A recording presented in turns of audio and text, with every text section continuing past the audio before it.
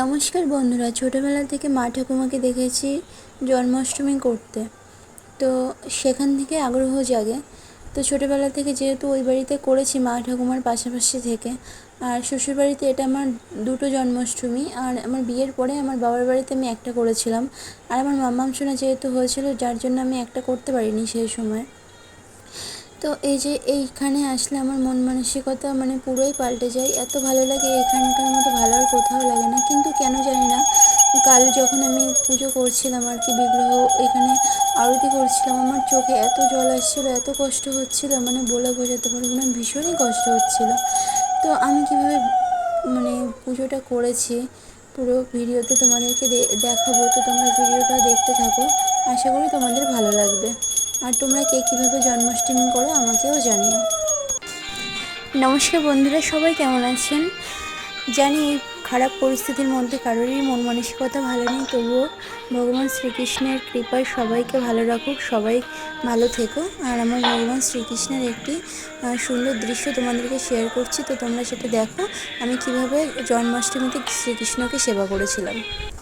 সবার প্রথমে ভগবান শ্রীকৃষ্ণের জন্য যে ভোগ নিবেদন করবে সেই ভোগই বানাতে গিয়েছিলাম রান্নাঘরে। তো এখানে লুচি বেলে নিচ্ছিলাম, আর আমি ভগবান শ্রীকৃষ্ণের জন্য যে ভোগগুলো নিবেদন করেছিলাম সেটাও আপনাদের, যেহেতু আমি রাত্রে বানিয়েছিলাম ওই জন্য বাইরের সাইডটা অন্ধকার লাগছে। এখানে আমার মাম্মাম সোনা দাঁড়িয়েছিল।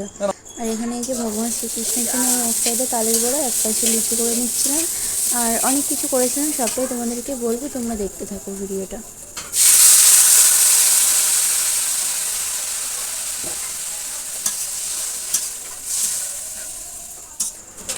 সম্পূর্ণটাই একা হাতে করেছিলাম, রান্নার সমস্ত কিছু আমি করেছিলাম। তো যতটা পেরেছি ততটা করেছি, জানি না কতটা কি করতে পেরেছিলাম। তো এখানে করেছিলাম গোবিন্দভোগ চালের পোলাও, এটা নারকেল নাড়ু, আর এটা ফ্রায়েড পনির, আর এটা তালের পিঠে।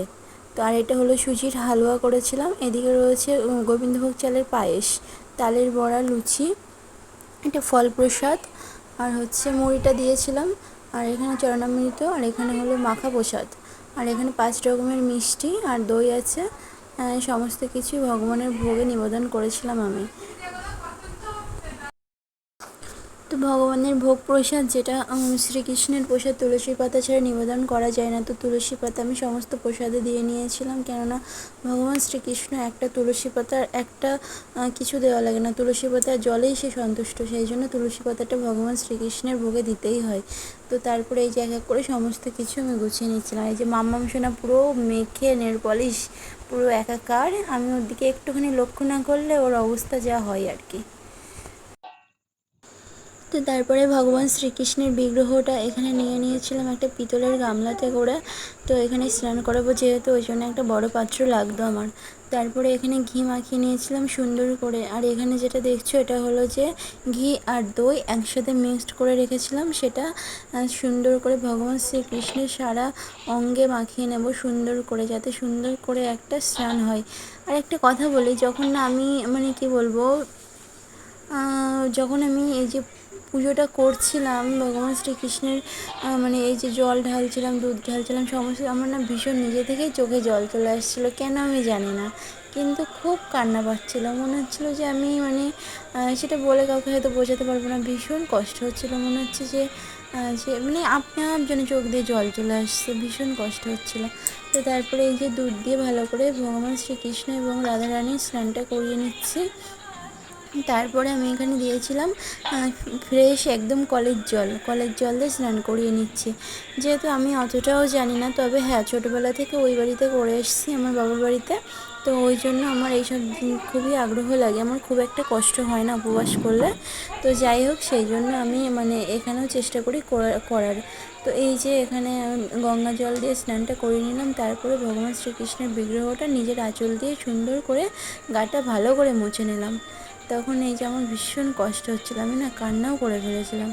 তারপরে একটা জামা নিয়ে এসেছিলাম, এই জামাটা ভগবান শ্রীকৃষ্ণকে আমি নিবেদন করলাম। তারপরে বাদবাকি যেগুলো করার সম্পূর্ণটা করেছিলাম, দেখতে থাকো তোমরা।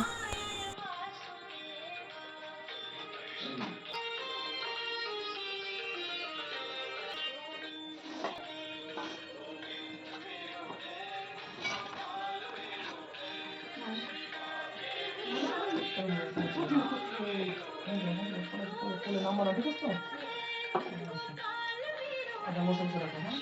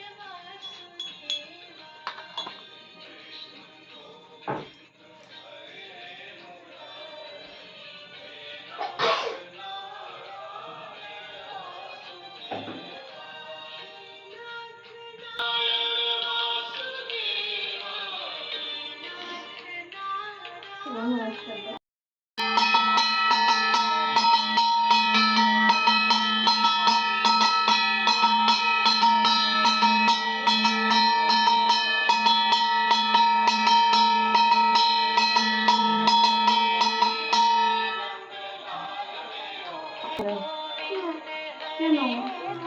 তাহলে কৃষ্ণ মন্দির যাবো তো, নমো দাও, নমো দিয়ে আমি কৃষ্ণ মন্দির যাবো।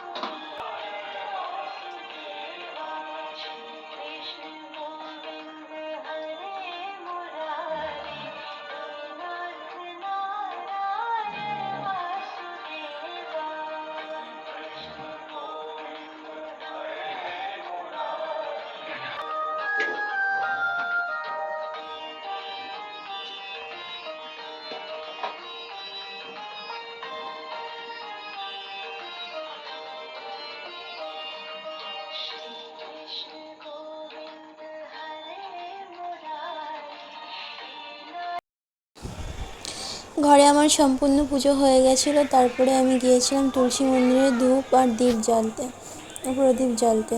তো সেটাই আর কি ভিডিও করে নিয়েছিল আমার যা, ও অনেক হেল্প করেছিল। থ্যাংক ইউ সো মাচ প্রিয়া।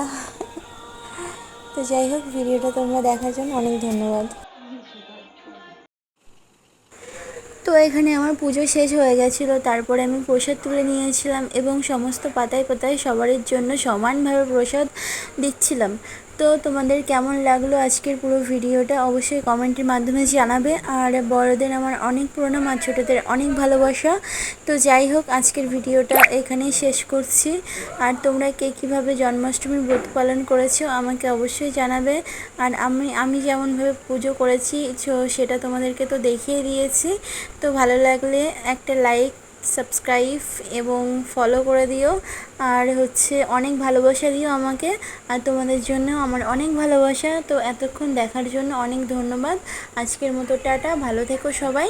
তো তোমরাও এখান থেকে প্রসাদ গ্রহণ করো, যেহেতু কাউকে তো দিতে পারবো না, তো তোমরাও এখান থেকে ভগবান শ্রীকৃষ্ণের প্রসাদ গ্রহণ করো। আজকের মতো টাটা।